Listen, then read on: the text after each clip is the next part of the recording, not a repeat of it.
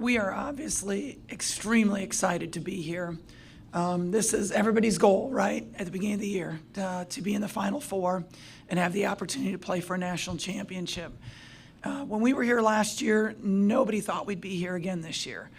And we didn't listen to anybody.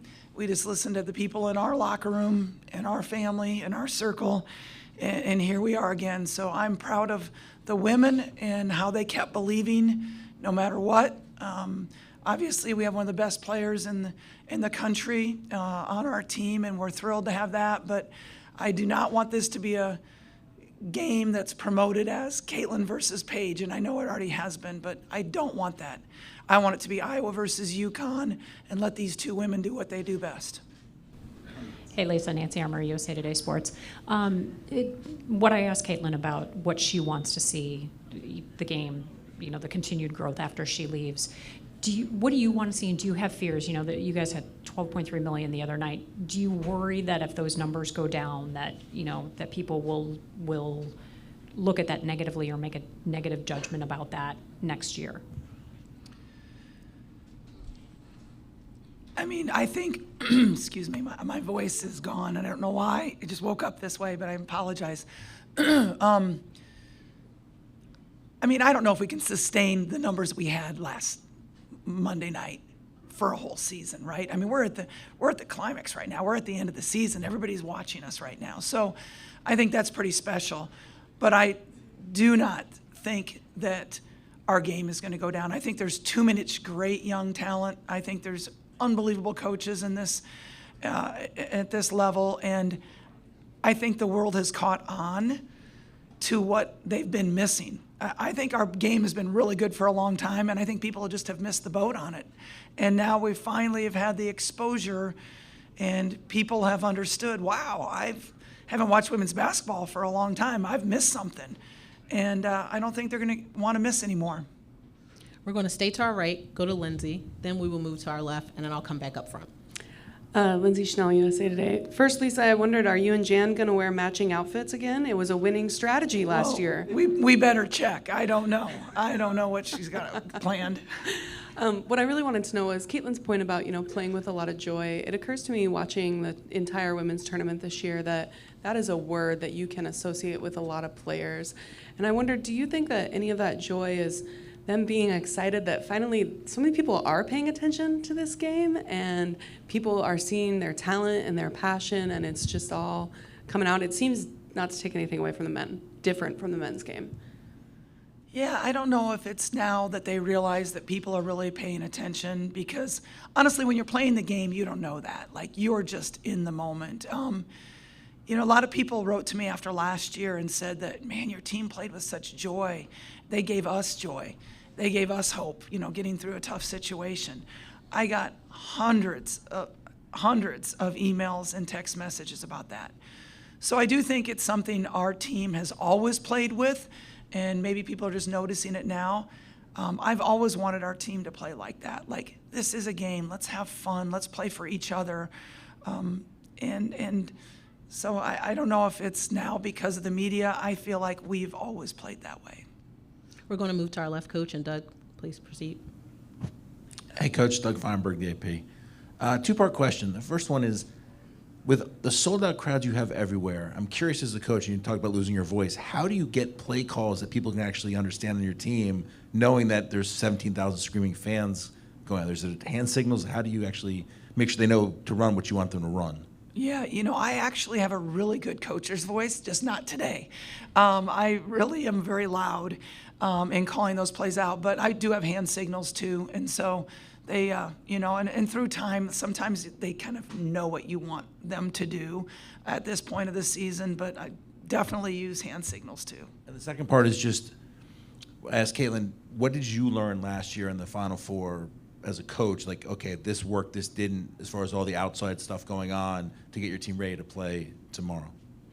Yeah, I think that's one mistake I made between the two games last year that I've learned to going into this year is there are so many other distractions, and you have to protect your emotional energy.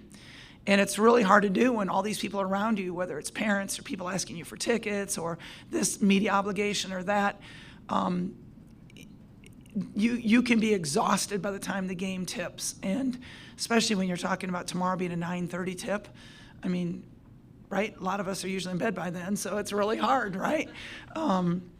So I'm really cautioning them on that. I'm talking about it more. You've got to protect yourself. You've got to figure out ways to invest in your emotional energy, whatever it is for you. But I'm not having the team be required to go to so many off-site activities as I did last year.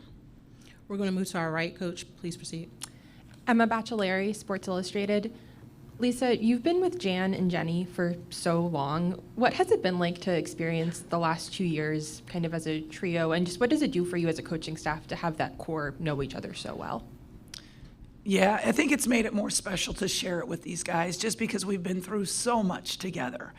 You know, one year my husband and I were celebrating our anniversary, and Dave walks down the office hallway carrying a bunch of flowers, and Jenny yells out, "Hey, I've been with you 25 years, where are mine?" So it's really true. We are like a family. And it makes it so much easier to go through the bad times when you have people that you really care about, but it makes it that much more gratifying when you get to go have these good times together. Coach, I'm going to zigzag again. We're going to move to our left. The gentleman, if you could raise your hand so the mic could get to you. I'll come back up to the front. I see you, James. I see you, Jonathan. I see you as well, and I see you, Cassandra. I'm going to try and fit everyone in as much as I possibly can in the next 5 or so minutes. Lisa Cameron with The Athletic. I'm curious, as you mentioned, you don't want this to be Paige versus Caitlyn, but when you look at UConn, Nika seems to do so much for them. When she stays out of foul trouble, it just seems like it helps Paige so much. When you watch them, how much does she dictate what UConn can do? She is such a great point guard in that she plays so hard defensively. And I think she'll be guarding Caitlyn. And, I mean, she uses her size. She's such a smart basketball player. It does kind of relieve Paige of some of those duties, in my estimation. But, it's like she doesn't really have to force things or create things. She kind of is doing what is there and available for her. And I kind of think Gabby Marshall does that for us. Plays extremely hard defensively, doesn't have to make points to be validated, but we'll take them if they're there. To our right. Coach Justine Fernandez, Big Ten Network.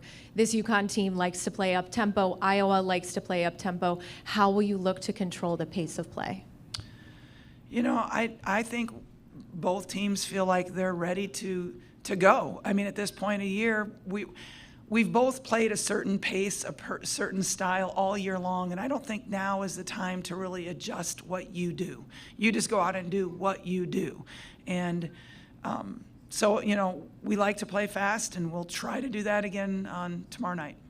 Going to go to Cassandra, and then we'll move to Jonathan, and then to James. I'm going to try and fit all of you guys in. Let's see if we can do it. Cassandra Negley with Yahoo Sports. You've spoken recently about how Caitlyn has really complimented her teammates, and you really think it helps boost their confidence.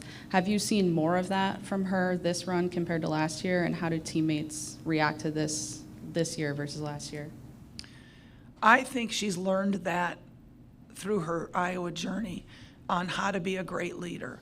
And a great leader builds up people around them. And I don't think she knew how to do that when she first came to Iowa, because maybe, she wasn't around as good of people. But then she learned, oh, these people are pretty good. And so now she's learned how she can use her voice to give other people that ability to play freely. And I think she's really learned that through her journey at Iowa. Jonathan.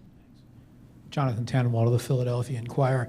In the past in women's basketball, we might not have seen the mass exodus of journalists that we saw when the players walked out the door, because the coaches were such the dominant figures. And a lot of them still are, obviously, but in this particular moment, the game is very player-centric in terms of the spotlight. And I wonder what you make of that. Thanks. I think that's the way it should be. I mean, they're the ones out there, doing the hard work. They're the ones out there with the, trying to be mentally focused and doing unbelievable things. When I look at Caitlyn and what she does, I mean, it's absolutely amazing, as we all know.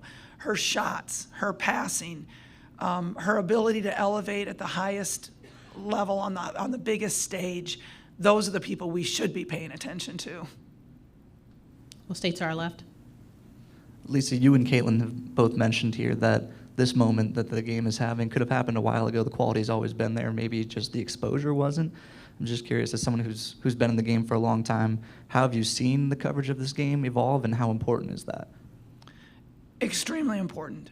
I mean, I think we have had, I think people should have been talking about women's basketball for a long time now, and they finally are. And maybe it just took some superstars, like Paige and Angel and Caitlyn, in order for everybody else to understand and how good our game was. I think they should have been talking about it for a long time.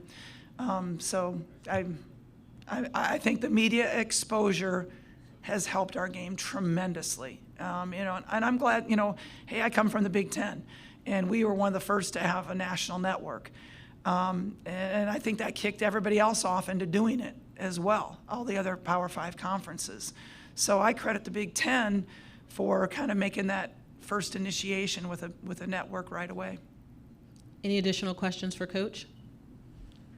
You have a follow-up, James? I'm just curious. We know how it is now. What were we missing in the coverage before? Like, what was it like? What would this room have looked like, I don't know, 20 years ago? I wasn't here 20 years ago, so I'm not really sure. But I mean, obviously the media attention has grown, the viewership has grown, as it should have been. So I don't really know how to answer that question because I wasn't here. Coach, we have one final question to our left. If you could raise your hand so she can get the mic to you, please. Yeah, Andrea Adelson with ESPN. Lisa, I know you don't want it to be about Caitlyn and Paige, but I'm just curious, in watching the tape on Paige, you saw her earlier in her career, where she is now, and everything she's gone through to get to this point. Where do you feel like she's grown the most as a player, and then how do you try and defend that? I've seen Paige play since high school, so I mean, she's a Minnesota girl, went up to her open gyms and such, and so I know her. She doesn't know me, but I know her obviously and her game. What's always impressed me is her ability to, stop on a dime and elevate with her shot, and she's already got such great size. But I would say, like Caitlyn, she's grown in her team aspect. Just having really good players around them and relying on those other really great players and not having to do everything yourself. Like she had a good high school team, but right? Now she's got great players all around her, and so she's been able to incorporate. In the last 5 games, she's averaging almost 5 assists a game. So she's giving up the ball as well as her scoring has increased. So I think just, her ability to play alongside other people is what probably has changed the most.